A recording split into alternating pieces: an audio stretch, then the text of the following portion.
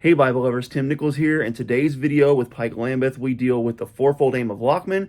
We also kind of dive into some of the translation philosophies and decisions that were made, and then we kind of move into structure of the Bible, and we even talk a little bit more about that blue paper and paper choices and why they made those choices. So it's a really cool video, so check it out. You talked about earlier the philosophy of Lockman. I think you talked about the four philosophies. We have a fourfold aim. Yes. Okay, Fourfold Aim. So tell me about that. So first, the publication shall be true to the original Hebrew, Aramaic, and Greek. And I guess that gave us our foundation of being an accurate Bible translation, because that's the first one. But then we have two following: they shall be grammatically correct, and they shall be understandable.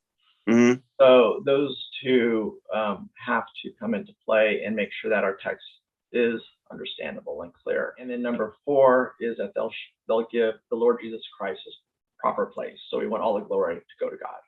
Mm-hmm. So I'd say the NASB 2020, we really focused on making them understandable, making it understandable.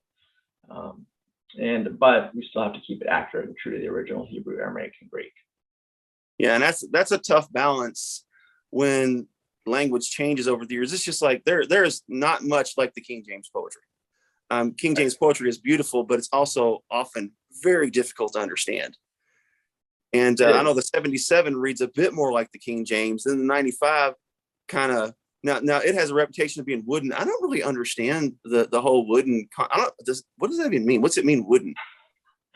Honestly, I don't know either. And it's hard. I'm obviously a little biased, I guess, but that's where it comes down to personal preference, right. Reading style. I think it's just. But I've never had any trouble reading it. I preached from the NASB and really, really loved it. It was a great experience preaching with that Bible and with that translation. I just didn't have any trouble. And I guess wooden would mean clunky. And I never really caught that it was clunky at all. If you're a reader at all, if you read anything, then you can read the NASB 95. And the 2020 is even smoother. Yeah. Yeah, and for the 2020, we even added some footnotes when we kept some of those more difficult words or passages. We put some footnotes to help that. Yeah, and I always think the footnotes are super valuable. And I've actually got the calf right here. My what's it called? The leather text.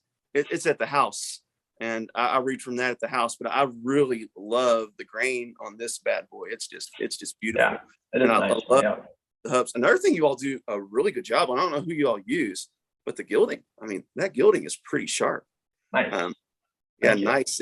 It's not all wavy and again, I'm just a sucker for that blue tint. I love it. I don't know why I find it so rewarding, but I just like to see something. I like something. It's just like the raised hubs, the edge lining, and all these different things that people do that enhances the experience. To see that blue tint, it's just, I don't know. I just find it really super rewarding. Awesome. That's great to know. One thing that's really happened since premium Bibles have taken off is people have gotten super, extremely picky. Yeah, so, definitely. Yeah, so I guess when you're paying over $100 for a Bible, you want all your needs met.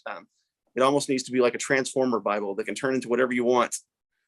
Whenever you need, just punch a button and it'll become a paragraph, or punch a button and it'll become verse by verse, and it's got a switch for the red letters, turn them on and off. I know. Yeah, it's tough to get all the features in one Bible. It's hard. Yeah. Production makes it difficult to do everything. Yeah, and that blue paper, we use it because it's got a really nice opacity in the thinness that we want. We want that Bible to be thin, obviously.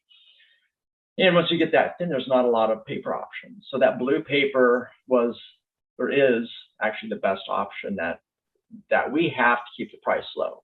Right. So there are other options we have to raise the price, and we don't want to do that. Right.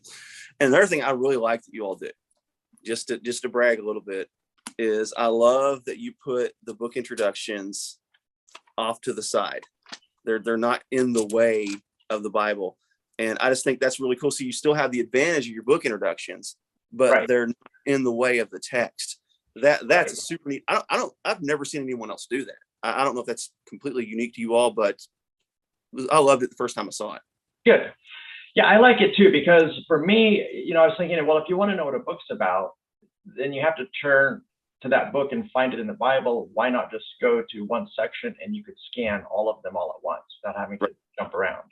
Yeah. It's a little thing, but yeah, it makes sense to me. All right, well, I hope you enjoyed that video. I only have one more video left in this series, and it's going to be kind of little short, kind of leftovers. There's a couple little leftover thoughts and concepts that we talked about that really don't fit in any category, but thought maybe you'd enjoy it. So anyhow, see you tomorrow. God bless you. Keep calm. Jesus on.